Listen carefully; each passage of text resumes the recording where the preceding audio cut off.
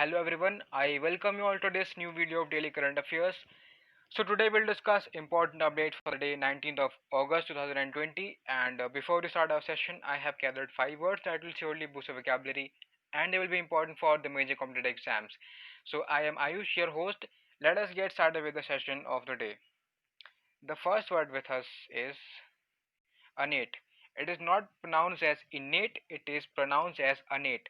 So it means inborn or natural. The Hindi meaning for this word is janmjat. Synonyms are inbred and congenital. The antonyms are acquired and gained. Sentence that can be formed from this word is her innate capacity for organization. The second word is fetid. So it means smelling extremely unpleasant. The Hindi meaning for this word is durgandhit. Synonyms are stinking and pungent. The antonyms are aromatic and fragrant. Sentence that can be formed from this word is the fetid water of the marsh. Third word is temporize, which means avoid making a decision or committing oneself in order to gain time. Hindi meaning for this word is टाल मटोल करना. Synonyms are equivocate and prevaricate. Antonyms are advance and further. The sentence that can be formed from this word is the opportunity was missed because the queen still temporized. The fourth meaning is paradox. It means a seemingly absurd or contradictory statement or proposition which, when investigated, may prove to be well founded or true. Hindi meaning for this word is virodhabhas. The synonyms are contradiction, inconsistency, antonyms are same and usualness. So the sentence that can be formed from this word is the uncertainty principle leads to all sorts of paradoxes like the particle being in two places at once. The fifth and the last word is uproar. So it means a loud and impassioned noise or disturbance. Hindi meaning for this word is kolahal. Synonyms chaos, antonyms are calm and tranquil. So the sentence that can be formed from this word is the room was in an uproar. Alright, that's all for the words of the day. Let us get started with the session questions of the day. The first question with us is recently Marine Products Export Development Authority MPEDA has opened a quality control laboratory in the coastal city of which Indian state regarding testing of seafood? So the answer to this question is option B, Gujarat. So they have opened a quality control laboratory, QCL you can say, in the coastal city of Porbandar in Gujarat state for facilitating tests for seafood processors and exporters. And MPEDA actually is a coordinating agency under the Union Ministry Commerce for central and state level establishments, and it is engaged in fishery production and allied activities, and this quality control laboratory will help to confirm product safety as per international regulatory requirements. Okay, moving on to the second question. Recently, Pentagon, which is headquarters of the US Department of Defense, announced that it was setting up a new task force under the US Navy to investigate UFO sightings. So what is the name of the task force? So the answer to this question is option A, UAPTF. So UFO stands for unidentified flying object. So UAPTF stands for unidentified aerial phenomena task force. So with the creation of UAPTF, the Defense Department hopes to improve its understanding and gain insights into the nature and origins of unidentified aerial phenomena. You can say UAP, unidentified aerial phenomena. So basically the mission is that the task is to detect, analyze and catalog UAPs that could potentially you can say pose a threat to US national security. Moving on to the third question. What will be the name of the 451-kilometer long Digha Gopalpur coastal highway which will link two states, namely Odisha and West Bengal? Okay, so the answer to this question is option B, 516 and A. So this highway project will link Gopalpur in Odisha state and Digha in West Bengal, and it will act as an economic corridor between the two major ports of Paradip and Dhamra. Besides facilitating transportation of agri-foods and fishery like that products, the coastal highway would play a crucial role in the supply chain during natural calamities, you can say like cyclones and floods.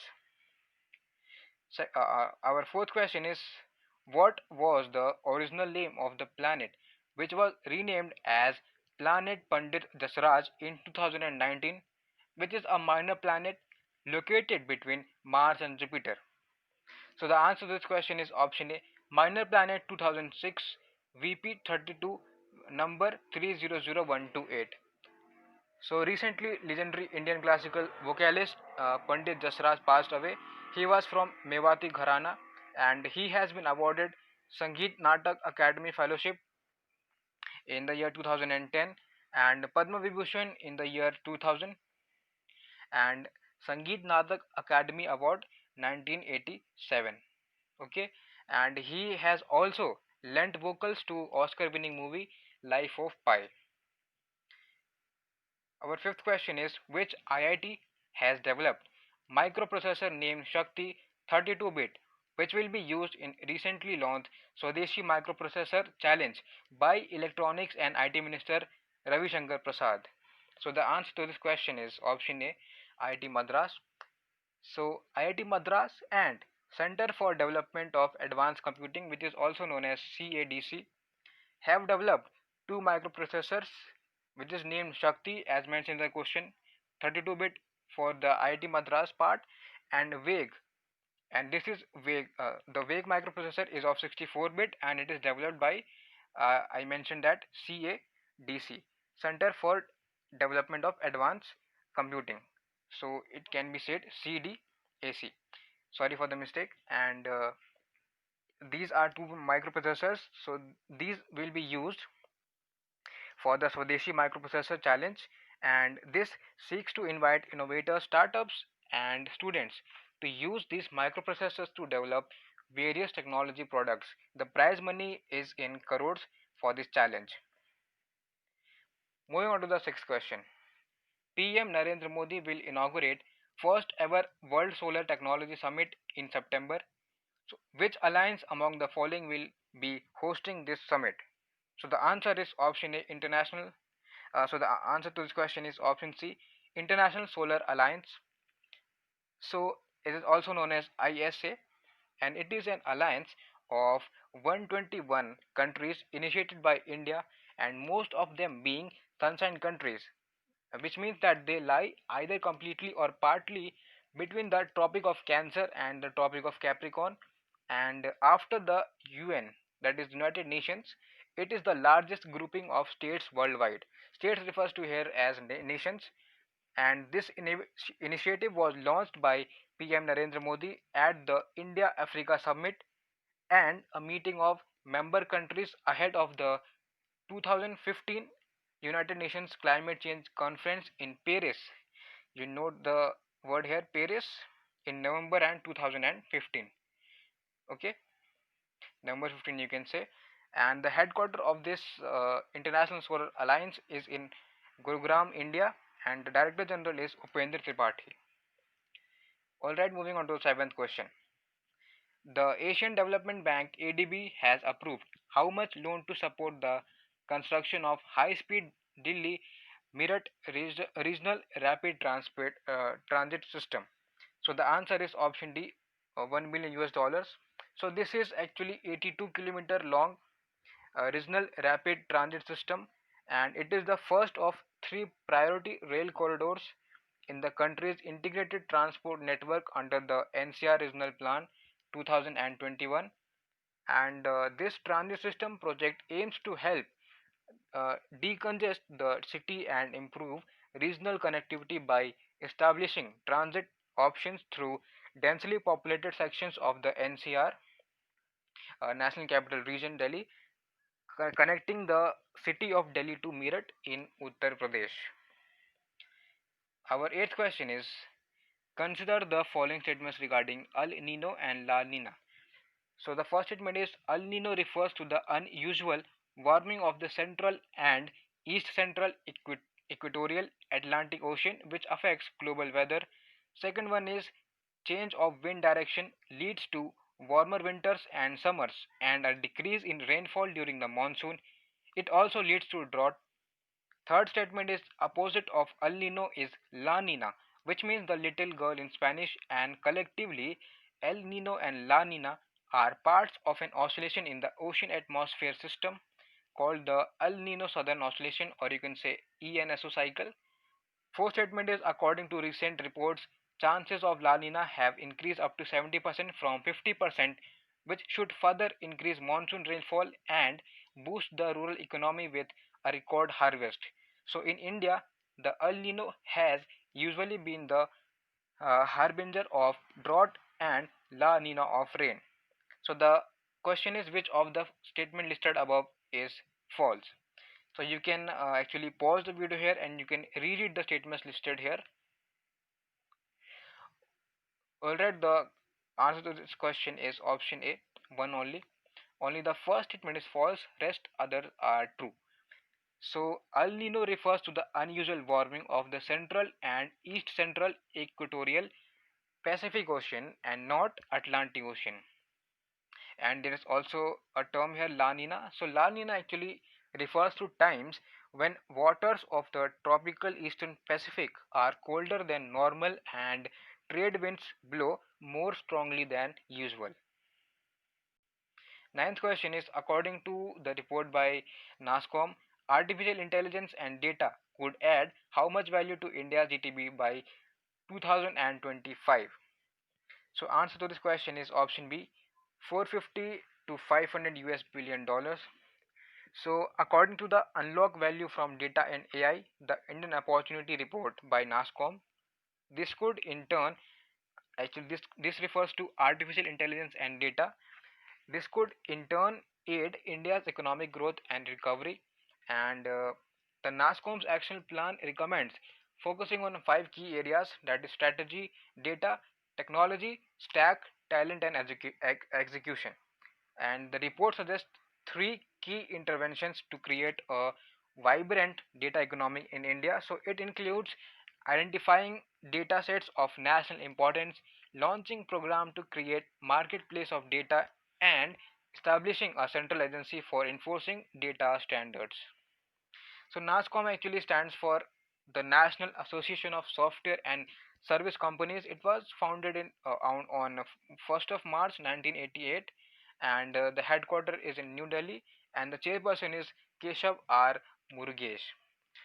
The 10th and the last question is, it is very important question here. Consider the following statements regarding Naga Peace Accord. So first statement is, recently the NSCN IM released the contents of the framework agreement, and the output said Mr. R.N. Ravi had craftily deleted the word new from the original line that referred to shared sovereignty between India and the Naga homeland, and provided for an enduring, inclusive, new relationship of peaceful coexistence. Second statement is, the key demand of Naga groups has been a greater Nagalim sovereign statehood, that is redrawing the of boundaries to bring all Naga inhabited areas in the northeast under one administrative umbrella. So this includes various parts of Arunachal Pradesh, Manipur, Assam, and Myanmar as well. And the third statement is, four peace initiatives have been held in total, which includes Shillong Accord 1975, Ceasefire Agreement 1997, Framework Agreement 2015, and Register of Indigenous Inhabitants of Nagaland 2019. So the question is which of the statements listed above is false. So you can pause the video here and you can reread the statements listed here. Okay, so the answer to this question is option C, 3 only. So only three peace initiatives have been held and not four, and those three are Shillong Accord 1975, Ceasefire Agreement 1997, and Framework Agreement 2015. This Register of Indigenous Inhabitants of Nagaland 2019 was a proposed a peace initiative, but it was not held due to protest. So that's all for the session of the day. And if you think this video helped you to raise your awareness uh, about important updates and happenings around the world, please leave a like on this video. And if you have any suggestions, you can write in the comment section. We will surely reply to it. And hit the subscribe button for important updates. Thank you very much for listening to me. Have a very bright day ahead.